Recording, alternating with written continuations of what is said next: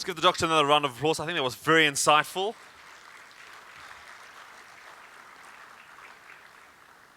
And I also enjoyed that quote right at the end. Having just almost finished my master's, I can resonate with that quote.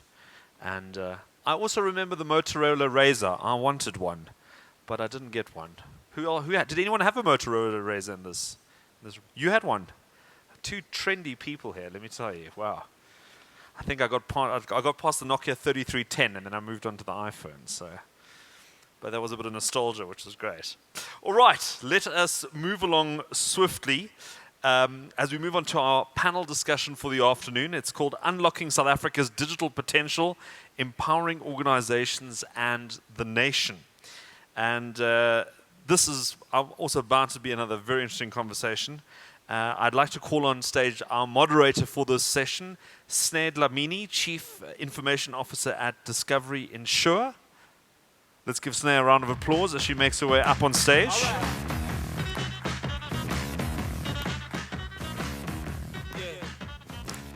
Sneh, I don't know what you're going to be talking about, but the other day I got a phone call. I don't know if this has happened to you, from one of these automated places, trying to sell me insurance. And after like 30 seconds of listening to this person, I found out it was actually like an AI person. Like it wasn't actually a real person, but it sounded like a real person. Of course. It was because then I started talking to her and she didn't talk back, and I thought, okay, no, something's very wrong here. So yeah. Anyway, maybe you'll touch on it, maybe you won't, but anyway, we'll keep that for later. Another panelist will be joining her. We've seen her before. She's back by popular demand. Mandi Scott, CIO, Digital E-commerce and Data, Group Personal and Private Banking at StandardBank. Please welcome her back.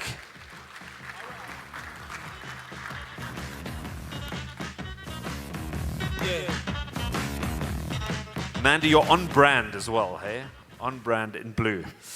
Then Dr. Sylvia Sathekge, Partner and Chief Information Officer at S&G Grant Thornton.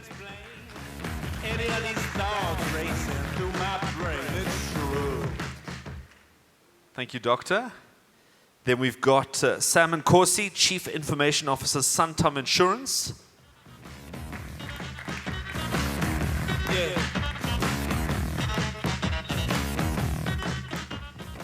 And then finally, we've got Tiyiselani Jimmy Khosa, Information Manager at NICD. I can't explain any of these thoughts racing through my brain. It's true. Sneh, over to you. Thank you very much. Thank you. Awesome. So, good afternoon, ladies and gents. Today, we will be unpacking a very critical topic for us. We will be chatting about the National Digital and Future Skills Strategy, which is a strategy that was launched on the 23rd of September 2020 by the then Minister of Communications and Digital Communications of South Africa, which is Honorable Stella Ndabeni Abrams. Okay, it's been 3 years since the launch of the strategy, and I would like to maybe start off with Jimmy. Can you maybe chat a bit about some of the progress that we've made, and what are some of the insights around where we are on the strategy rollout, as well as what is currently in flight, and what should we be anticipating for the future? Thank you, and good afternoon. Hey, these slides are too much, eh? Oh, well, you see, we have made a big progress in terms of implementation of strategy. And by the way, it's just a framework that guides department and private sector into moving into digital transformation. And in terms, it encompasses infrastructure, connectivity, digital skills, and social change. The doctor here was explaining that we need to change mindset, which is a social change. So in all digital transformation, we need to have a social change. And in terms of connectivity, we've made so much progress, but we still have a long way to go.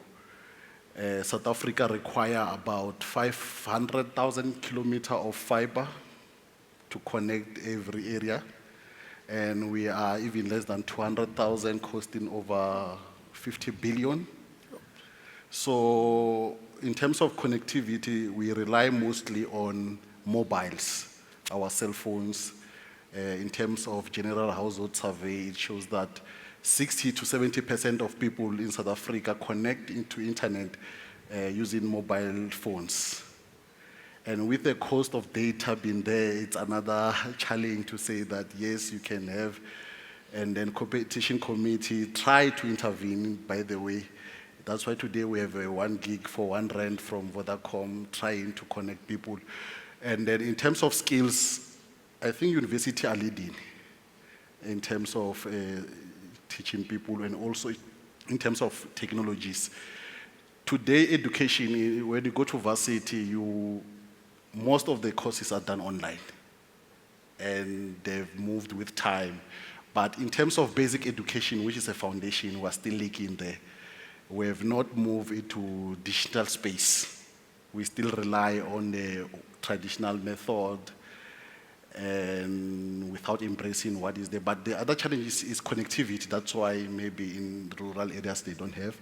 But in terms of localizing strategy, Gauteng is leading, has been doing that with e-government, trying to give community service through technology, and KwaZulu-Natal follow, and also Western Cape. But the rest of the 9 provinces, they are still behind. They don't even have a strategy today. It's only Gauteng, KwaZulu-Natal, and Western Cape. So these are the things that are leaking currently in South Africa, but we have made so much progress. The issue is there is no single department that is monitoring the strategy and ensure that we implement the strategy. It is fragmented across all departments and we implement how we see it. In health, we have our own national digital health strategy. In the president's office, they have the DDG of digital transformation. And all those things, because they are fragmented, one are able to implement it well.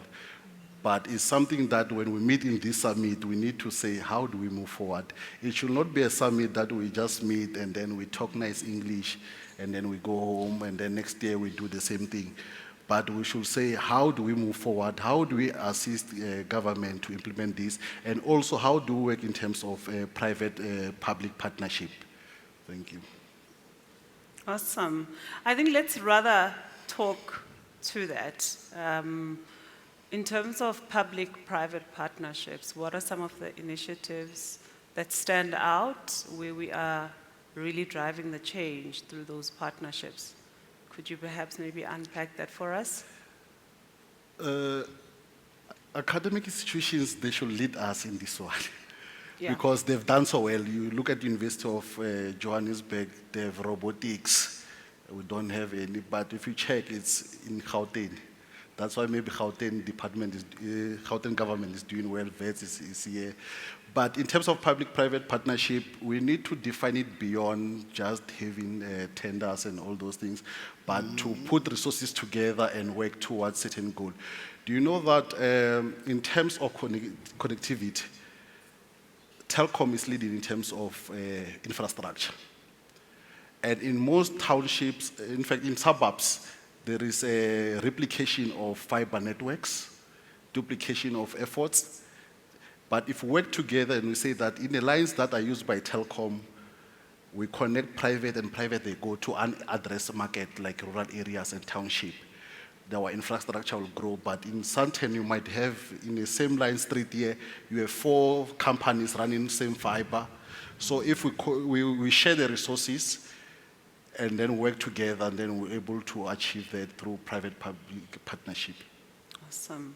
I think I'll turn to you, Dr. Sylvia. Yes. Being in the private sector and being exposed as well as contributing in this, could you maybe tell us a bit about some of the initiatives that you are involved in? Okay, so I think public-private partnerships are very important, and from all angles, not only in funding, and maybe just to give an example of how it works or how I've seen it working. I am sitting here today, I'm a product of a public-private partnership. In 1994, the country took a very bold decision to introduce technology as a subject offering in South Africa. One of the students that wrote, female students, let me just highlight the female part. I'm one of the female students that wrote technology as a matric subject in South Africa. And that shows, and the partnership was between a private sector, which was an odd foundation, ESCOM was involved, and government was involved. It was a very deliberate thing to say, let's introduce technology because the world is moving forward. So this digital strategy, yes, I know we're talking of one that was launched recently, but I think the country has been very deliberate from long time ago to say the future is digital, the future is going to be technology-led, and let's make sure that we have technology or people who understand what technology is. And maybe it talks to the fact that we don't, as a country, we don't necessarily have a national digital strategy, but we have a national digital and future skills and a national digital health strategy. We don't necessarily have one that is called the National Digital Transformation Strategy. And maybe it shows that it hones on the fact that we need to have skills first. So there are many partnerships that are happening. Dr. Thabiso spoke about what happens in academia, things that the NGOs are doing, things that maybe many foundations are doing to make sure that we hone on this. But I think the first thing that we need to do is to make sure that we are skilled in it. I'm just going to give an analogy. Before you drive a car, you go for your learners and your license, and we know the ultimate is that we want you to drive this car and drive it safe and get to the destination you're going through. So I think partnerships are working, and we've seen good results, like what Dr. Thabiso just shared now. It's an example of public-private partnerships that are happening, and sponsors and from government are very needed and welcomed. Awesome. Thank you, Dr. Sylvia. So part of the strategy is really just this big ambition, Mandi, for us to be the digital leader in the region. Having worked or working in a regional context within the banking sector, what do you think are the key considerations in terms of infrastructure and perhaps some of the challenges that we're seeing around? I mean, we've alluded to it just now, connectivity, infrastructure, as well as skills across the region. Thanks, Sneh. I think I'm going to answer this question in two parts. The one being, I think we've got to think about this as an ecosystem, a digital ecosystem. One being there's public and private partnerships, and there's subsectors that need to contribute to connectivity. And it's not just the infrastructure, but it's, as you've alluded, Jimmy, it's also around, do we have enough data centers for processing capacity, for storage? So how do we bring those players together to actually contribute to this national strategy? And I think to the two doctors who've kind of mentioned also, skills. We've also mentioned digital fluency, entrepreneurship opportunities. And maybe I'll give an example that's very practical. And I'm going to look outside of our borders to give us examples where countries have actually done this. So in my role, I've traveled across countries on the continent, but one country that particularly struck me was Kenya. Now, how they solved this problem was to have, firstly, the infrastructure investment, and they're still slightly behind us in terms of infrastructure investment, but for their particular size of market, they were quite deliberate around infrastructure investment. The other thing was low cost to almost no cost for data. So there are public spaces, many of them, in Nairobi where Wi-Fi is completely free. So they democratized access to data. And I'm not sure if it's a matter of the cart before the horse. Because they've driven a digital economy. So if any of you have ever been to Nairobi, don't ever try and go there with your credit card. You're not going to be able to buy anything with your credit card. Everybody makes payments via digital apps, via M-Pesa.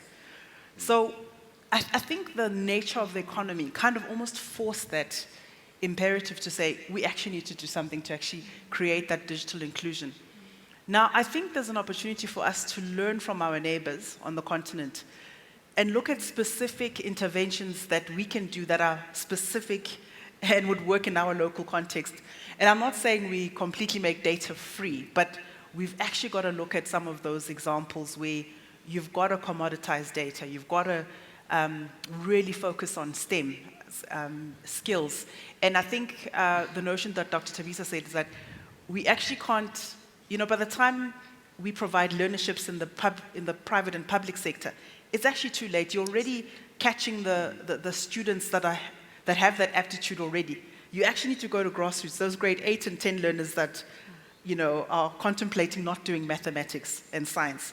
Those are the ones that you should be targeting and making sure that they actually flow through the system. So I think it's got to be a deliberate and a very long-term strategy. Holistic. Thanks. I like that. Yeah, it's also a holistic approach. Sam, would you like to maybe weigh in as well? Yeah, thanks. I think now that Mandi has touched on that, especially the Nairobi, the Kenya, one of the excellent example of digital transformation in this continent. I want to also probably bring in India. India, they had an intention at a government level to be better, to create the skills we are using today. I mean, where I work, I even have workforce from India that is very good at what they do, but it just didn't happen today. It started a long time ago, the intention. Maybe I would like to bring this conversation to practicality. I come in from Mpumalanga, in a province where we still have 2G. If you want to actually use a WhatsApp and download things, you have to wait until it's after 12 at night to actually start now enjoying internet. Because during the day, that one, I won't mention the telco's name, that one tower there really can't handle the people around here. So the issue of connectivity is a very big problem in the country. And all the efforts that we are making in the urban areas, where I come from, we don't see that because it's a different space that we are in. For us to get the true digital transformation, we need to really have the plan with the government, with the telcos. I'll make an example because these ones are state-owned. I can mention I'm South African. Telkom, post office, my friends were here, spoke with them. They have lines that go to the location where I come from, in Kromdraai. You can actually check it in there. But they are not working together to bring faster networks. They are working as individuals. So that's where this conversation must happen. The plan should actually go higher and be actually business, us in the government. Let's work together and have a program to start doing that, because I think we are not helping, especially in education, where I come from. During COVID, they never learned anything because they couldn't be connected. So it's a real big issue.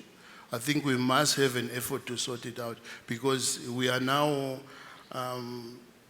30 years into democracy, but some people are still living in a different experience. Sure. I think talking about experience and talking about those fundamentals, maybe I'll turn back to Jimmy. Part of the strategy speaks to fostering an inclusive, digitally inclusive society, right? What are some of the initiatives that are currently in flight that speak to creating equitable access, especially for underserved communities? That when you say it's coming from Mpumalanga and there's a line going there, it reminded me of Telkom after we done it to democracy. Each and every village had a telephone on a street, maybe somewhere there. The implementation of that, it never even took a year. The entire country, every village, there was a telephone where one person will stay next to a telephone when rings will run to call that there's your call there. So it shows that when we are deliberate, we are able to make impact. So in terms of inclusivity, I see we speak of skills, but the major issue is connectivity. People, we may look at them and they say they don't have a skill, but most people, they know how, especially on digital economy. During the time for registration of voting, political parties made effort to go and to villages and then up with a laptop and Wi-Fi there. There's one guy I was sitting to, and he was connecting to the Wi-Fi of one of the political party there, and then he was telling me, I'm going to vote for these guys. And I say, what is the reason? Then he say, you know, I always struggle with data. I buy that data for 1 gig for 1 run, and it's only once off, and then you lose. But I'm actually making a lot of money when I'm connected to internet in a village. So I asked him, how are you making money? And then he explained that his grandmother are doing the beads, those traditional beads. And in a village, they don't take it serious. And he went to a Facebook market and then promoted those beats, and also to TikTok. It gained a wide range of viewers. And most of them now, they were more interested into buying those beats. But he cannot respond to those inquiries of how much is it, can you send it to me, because now he does not have a data they've left. So now you are supposed to be part of digital economy, but it's not outside because of connectivity. And in that way, there's also infrastructure say that now he has to post it. He has to post those things to go outside. So that's why I'm saying that we need to be deliberate, give people access. We have so many centers, and we need to localize it to make sure that there's inclusivity. Once we localize the access or the service delivery, it becomes more impactful. What do I mean by localizing? Is that when something is at the national level, it's implemented at the national level, it does not really reach the grassroots people. For example, we have so much funds. We have a National Empowerment Fund. The only time you will hear about the National Empowerment Fund that has funded this million is only when certain politician is in scandal that it funded a wife. But if we localize it to say that it goes to a municipality, it goes to a grassroots, if it's 1 billion and then we divide that 1 billion by 256 municipalities, you are going to touch people in the ground. And if we are deliberate to say that we are going to give them want them to be part of digital transformation, we use those funds to make sure that they are included. And then we build skills and centers that will foster that inclusivity. Because once you give them that connectivity, you have included them in the digital economy. And you are able to skill them, and they will skill other people. And you're also able to assist the schools there. Sure. So obviously, connectivity is a key success factor for us to say that we are actually implementing this strategy, right? It's actually strategy in action. What are some of the investments that we, whether collectively as public as well as private sectors, need to make in order to get us there? For me, I would say infrastructure and skills are the cornerstones of digital transformation. And I'll talk on skills. I'm also very big on people, and I believe digital transformation is about people's transformation, right? So let's start with the mindset, like the doctor said. You skill people, you change the mindset, and we make sure that people are digital savvy, people are cyber safe, they know how to work on these things, because again, we know with the infiltration of technology comes some other threats that we have to deal with. We don't want to empower you so that tomorrow you are robbed and you are poorer than before you were empowered. And in terms of the infrastructure, it's very important that I'm going to give an analogy again, you must have a proper runway before you want to fly this Boeing, so that as it takes off and as it lands on a proper and on a proper infrastructure. So for me, if we were to really drive digital transformation and digital citizenship, we need to invest in skills and in infrastructure. Mandi, from what you've seen across the region, Yeah. where do you think we need to invest in South Africa to get us elevated in this space? I would definitely agree with Dr. Sylvia. It's definitely on infrastructure, connectivity, and skills. And I think from a skills perspective, we have to find a way to start harnessing the love of your STEM subjects right at grassroots, early on. And my concern is that we are being left behind on the continent in terms of our maths literacy, reading ability. So there has to be that intervention. And I think another thing is that there's not enough exposure to young children about particularly careers in digital and the many career opportunities that are going to open up. So it needs a lot of deliberate action. And I always say that we don't exist as an island on our own. We're part of this greater continent. And our neighbors have made some very deliberate investments on education and really harnessing skills. Yeah. Jimmy. So government, they've made a lot of efforts in terms of that. We have so many cities. That's why I'm saying issue is coordination. I like this.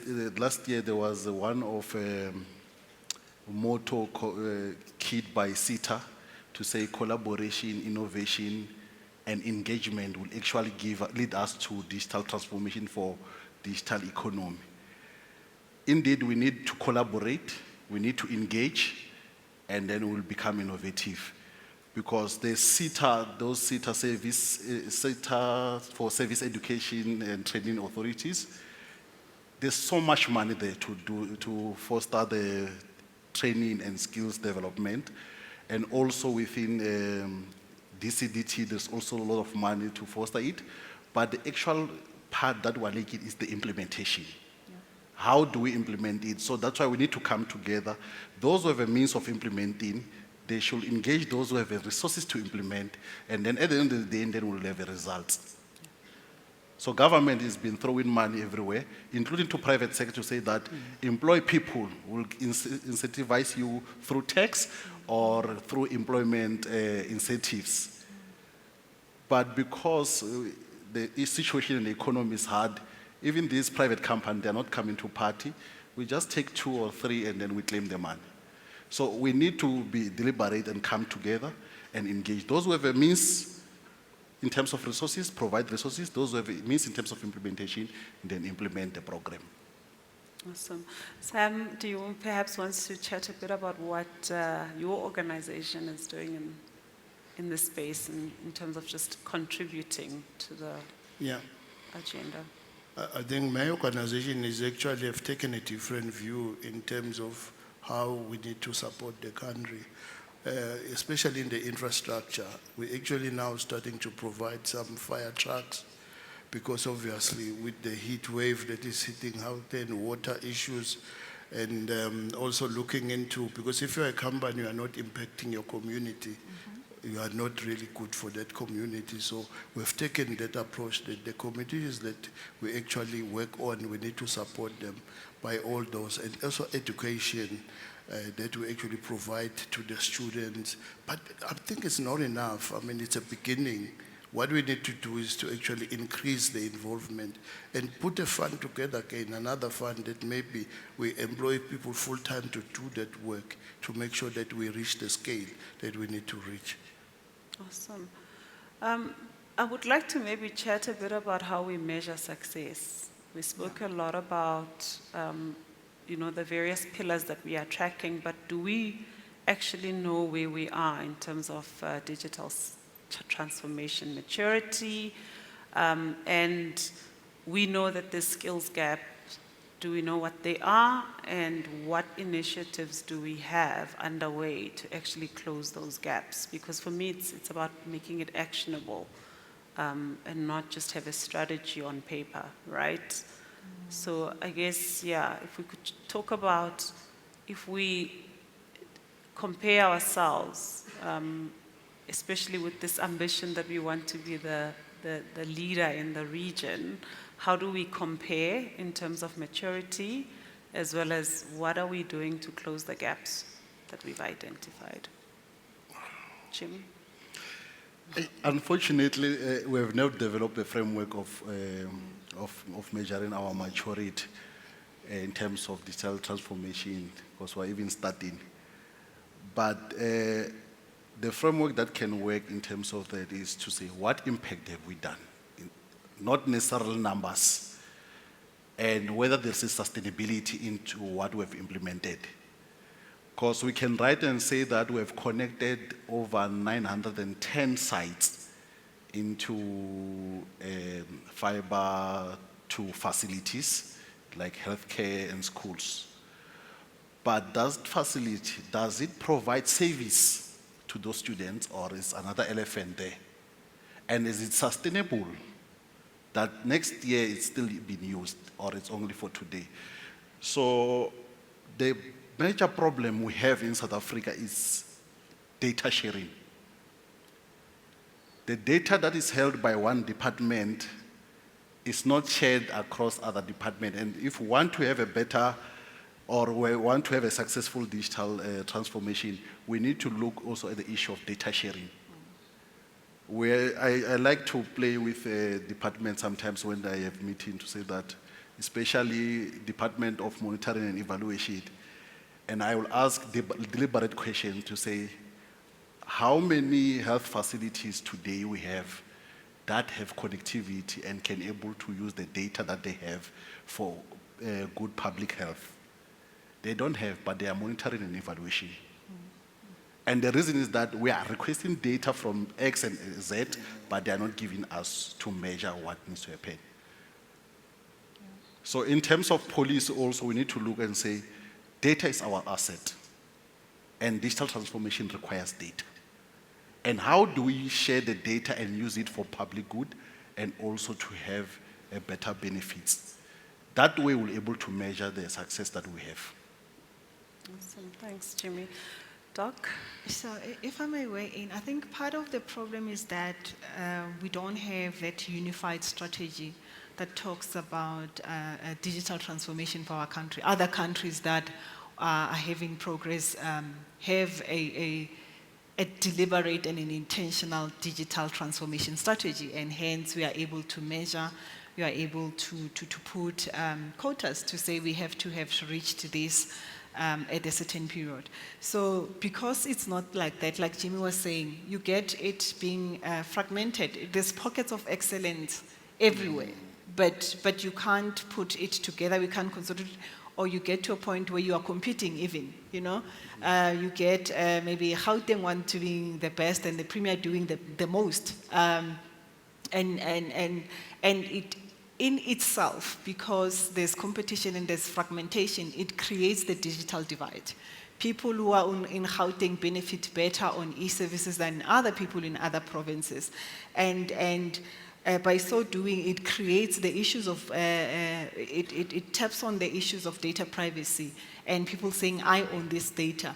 And again, I think the question of POPIA, which then also allows you to say, as a subject, data subject owner, you're allowed to say, don't use me where I've never consented for you to use me. And here we are wanting to share data where we've just consented to use data, maybe with health and not necessarily with SA government as a whole. I think that those are some of the things, but if we can have a national digital transformation strategy that encompasses everybody that then is working under this national South Africa, it becomes easy. It becomes easy for data sharing. It becomes easy for me as a data subject not to come and say, hey, why are you using me next door when I just consented for this store? Awesome. Mandi, do you maybe want to weigh in here? I mean, you've been exposed to multiple countries across the region. You probably have some insights around where they are in terms of maturity and where we are. What are some of the distinct, learnings that we can get in order for us to get there? Okay, so I think Morocco, Nigeria, and Kenya probably come out as quite high up on the agenda from a mobile usage and online usage. Whether they're mature in digital transformation, I think is a slightly different question that I perhaps can't answer because there's not enough data specifically. But you can already see that the investments they've made in infrastructure, and mind you, South Africa is in the top 5 on the continent. So it's not like we are laggard, we're definitely one of the leading countries. But if we want to lead ahead of the pack, I think we've definitely got some opportunities right before us, just in terms of, I think, what Jimmy and Dr. Sylvia have said around a national strategy that actually needs to bring all the ecosystem players. It cannot be government alone. It cannot be private industry alone. And I think the opportunities for online and digital economy is massive.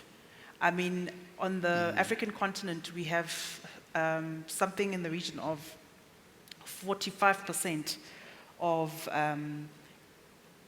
SMEs are now actually online businesses, digital businesses. And it's projected to grow to as much as 90% by 2040. So we need to be part of that wave because we are going to be left behind. And, you know, services and products that are accessible digitally opens up, you know, corridors that you never had before, markets that you never had before. I think Jimmy's just made and that's just talking on a national level, just think on an international and a continental level. So we could find ourselves behind. So I think the time is now to start looking at what is our strategy by 2030, by 2040, to actually lead that. Because as more infrastructure investment is being conducted across the continent, it allows other countries to now start picking up their pace. They now also have a 5G network. So I think it's really critical that we start this conversation. Agreed. I also think we spoke a bit earlier about the fact that this has to start from the grassroots. And I want us to chat a bit about the education system, especially basic education in South Africa. The concern I have is that the goalpost keeps moving. You know, like tech trends are coming through in the market. Tech is continuously transforming. And there's always going to be something new. And if we don't do something now, we will absolutely be left behind. You know, given the ambition that we have, that we want to be the leaders in the region, I'd like us to maybe chat a bit about some of the grassroots stuff that needs to happen. What are we doing? And when I say what are we doing, I mean both public and private sector, in ensuring that we are contributing and we are building a future skilled community and society that is able to keep up with the pace of technology transformation. Maybe I can take that. Sam, yeah. It's a culture that we also need to build from the young age that we have. I'll tell you a story to answer this question. Some time ago, I was in Hong Kong. There was a 3-year-old that was busy on the iPad. I even got jealous. So now, when you look at where they're starting those children to actually expose them to the technology at a very young age, that's the culture. They grow up knowing that this is my tool. I do everything in my tool. My education, everything is in this tool that I'm using. So I think as a country, if we really want to win, let's start from there. As small as they can, and they grow with, and also make sure that everyone is equal in terms of the access that is also impeding every effort that we are making. South Africa, like Dr. Silva mentioned, South Africa has got excellence in lots of pockets that are sitting around. Let's put that together. Let us also converse with our African other counterparts, our brothers, and get together to actually create this thing that is unique. We all know that probably the growth in the future is coming from this side of the continent, so that there's a lot of growth that we still expect to see. But we are not working together in a concerted effort to make it one vision for everyone. Dr. Sylvia? So I wanted to say maybe, and we have to start from the grassroots. I just gave you an example of how I started in tech in 1994 already. It was being introduced, we introduced in technology as a schooling subject in South Africa. And maybe there aren't many people, or there aren't too many success stories that are shared out there that government is deliberate, or it's not done in big scales. Dr. Tabiso just shared what they do from an individual point of view, having had taken a retirement to go and help and make sure that you hone these STEMs industries and push people into it. But maybe I just want to say that, I mean, we say now we are in the 4th industrial revolution and some are talking 5th, but the reality is that in Africa we're still grappling with the issues of the 2nd industrial revolution. The 2nd industrial revolution was electrifying.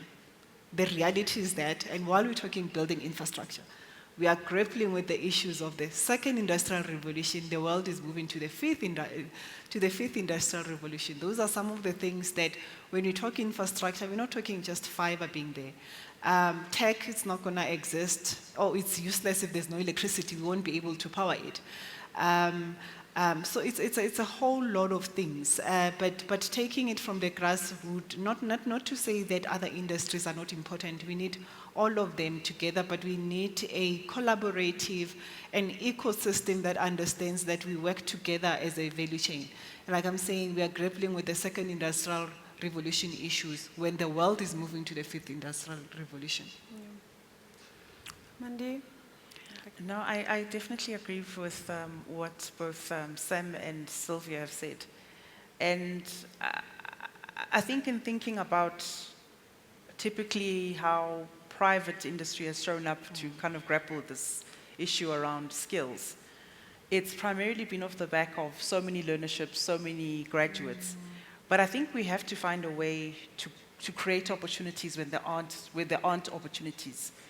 And maybe those opportunities are not necessarily organic. We may need to say, we maybe need to get together as industries to say, we are going to go on a very deliberate initiative to improve digital literacy, drive digital skills, tech skills, and maybe it's not necessarily that we will take those people on, but they're just available in the market. They can start their own businesses, provide their skills elsewhere. So it's perhaps a fundamental change in thinking in order to address this problem, because there's not going to be enough job opportunities to actually stem the tide of unemployment and to stem the tide of the scarcity of skills. So we've got this double-edged sword. But yeah, I think just in terms of infrastructure and connectivity, I think we've touched on those. So when we go to grassroots level, I think we need to change as individuals to be patriotism. You know, when there is a soccer tournament, every South African is patriotic. We're wearing a T-shirt, supporting everyone. But when it comes to education and other important matters, it seems like everyone is taking a back step to say, my child is going to a better school, so I'm not involved. In the villages and communities that we are coming from, what is it that we have done as individuals to assist to bridge that gap? Here in this room is full of CIOs, chief what, chief that. It means that this room alone, it's a powerhouse. It has people who have more power than people outside. So if we can start with us to be deliberate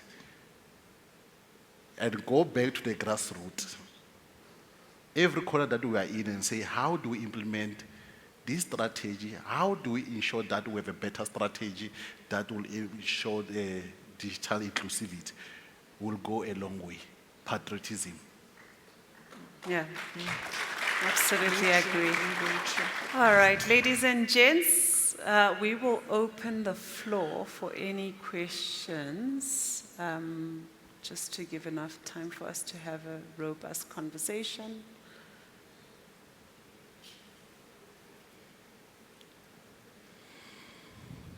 We clearly have a long way to go. Wow, Jimmy. The panel, really, thank you. This is a very relevant topic.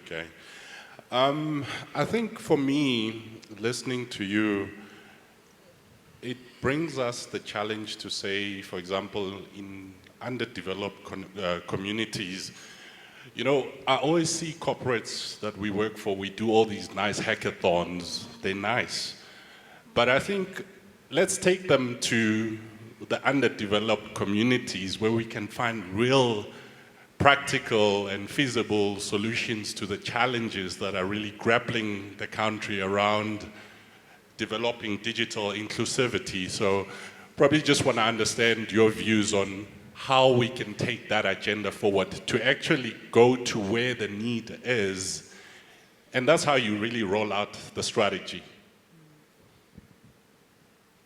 Awesome. Jimmy, do you want to kick us off? The DG of DCDT was here, maybe has left.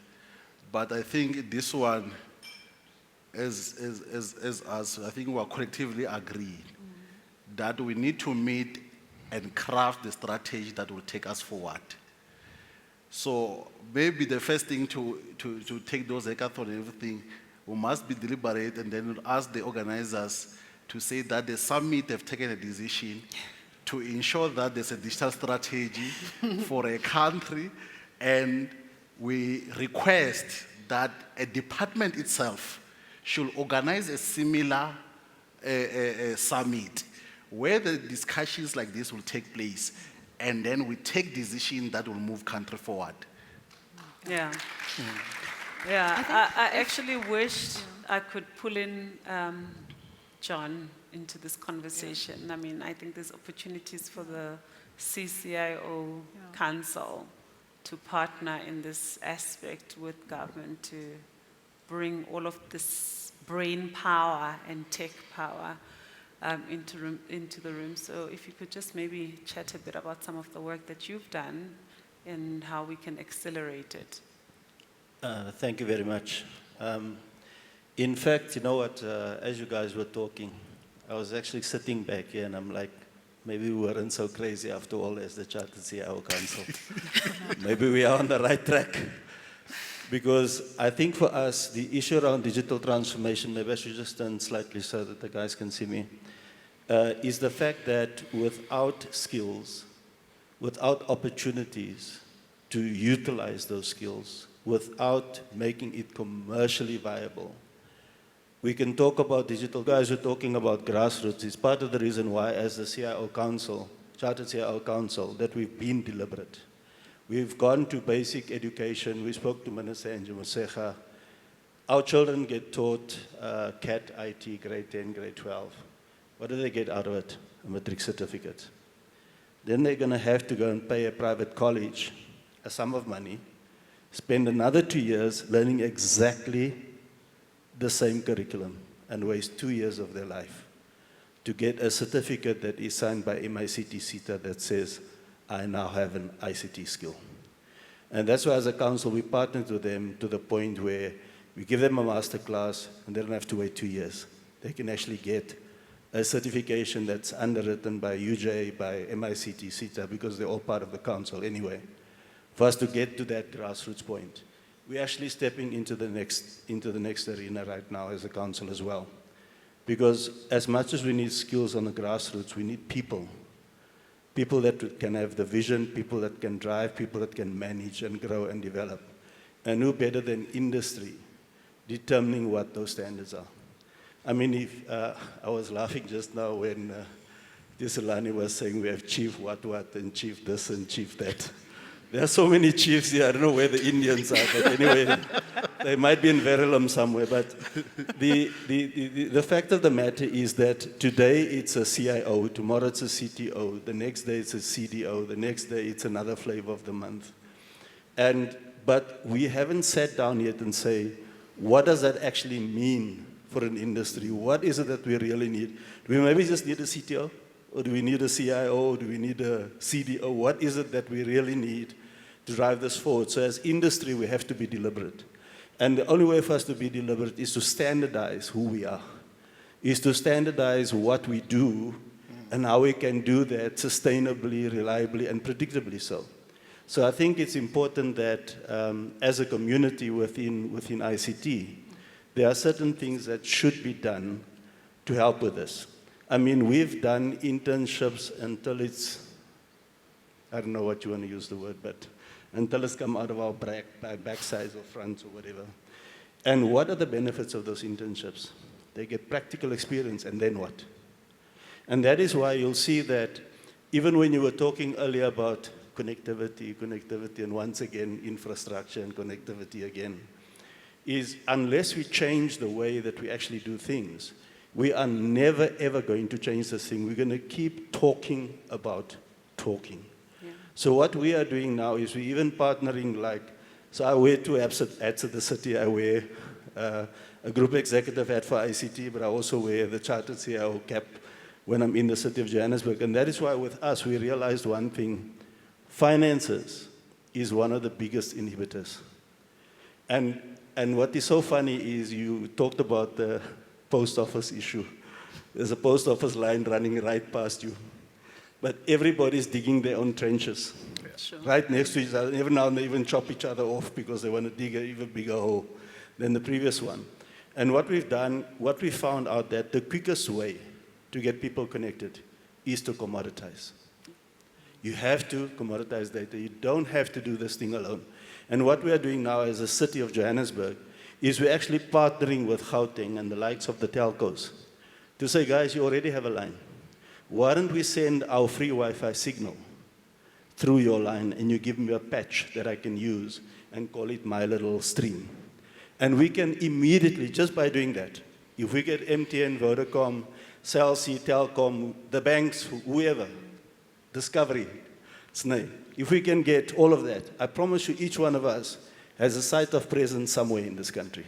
Sure. We can immediately switch on free Wi-Fi to our communities if we are deliberate. Absolutely. So as COJ, now we've gone down this journey of commoditizing our Wi-Fi access because we've spent millions of rands putting in Wi-Fi hotspots. But the challenge we have in South Africa is as soon as we've connected one, it gets stolen the next day, the batteries get taken, this gets done. So we need to leverage off our infrastructure and our size. But to close off, I think the question that I maybe want to put back to you is what can we then do as an industry to fast track this collaboration that we are talking about? Yeah. Fortunately for us, we have access to Stellana Ben-Abrams. She's our She's our patron of our council. But who do we need to bring in? And I think unless we speak as an industry, we're going to always try to do things in our individual capacities. But I'm very grateful and humbled by what you guys have said today. Thank you very much. Thanks, John. Completely agree. Leapfrog, what do we need to do? Dr. Sylvia? Yeah, I was... before then, maybe I just want to make a comment and maybe challenge, like Jimmy challenged us. I think Mandi spoke about we have these graduates and maybe they're sitting at home, we're not giving them opportunities. Somebody spoke about people who are in the rural areas who are not getting these opportunities. We just want to challenge us as industry chiefs, as people who are holding positions of power, to maybe give people a chance and don't want ready-made people. You know, already when you advertise, it's a junior position, but you want 5 years experience. If this kid is coming from a very disadvantaged area, they can't express themselves, they can't speak proper English, you don't even give them a chance. I think we should be deliberate and not want ready-made people and make people ready for what we want to see. All right, we've got a minute. Let's chat about what we do practically. Sam? I think I will also end what Dr. Sylvia said. This is very important. The thing of looking for this big experience is not working. We really need to say, how do we actually make sure that a person that has got the capability can be worth something? You know, when we went to school, it took us long because our brain maybe was really a bit slow, but these kids of today, they are much faster. I'm telling you, your 10 years experience can be achieved with 18 months in the job learning. You will do it better. We can even use the same technology we've been speaking about here to aid those people to learn much faster. But I think we just need to meet and take this forward somehow. Yeah. Jimmy, how do we organize ourselves I've so that said we the can take mouthful. this forward? I gave a challenge to a house, so we need to do that. I'll be happy next year when we come back here, and then we report to say that from what we have discussed last year, this is the actions that we have taken. In fact, it must be part of the agenda to say what are the actions that we have discussed last year, and then what is the progress. Yeah. Absolutely. Mandi? I liked the practical example around just freeing up access to data. I think that's going to be a game changer. And collectively, I think we can do it. And I think as industry, whether public or private, we tend to be obsessed about skilling people for my own little corner. And dare you not steal my talent. But I think our next evolution needs to be, let us find a way to actually skill people up for South Africa. Regardless of whether they're going to work for us or not. But maybe they're going to be entrepreneurs. And we need to be happy that that is what we are, that is our national imperative. We're going to skill up South Africa. Yeah, absolutely. Let's scale this, guys. I think the ball is on our court, all of us in the room. Ladies and gents, let's give our panel a round of applause. And thank you for listening. Thank you. Well done.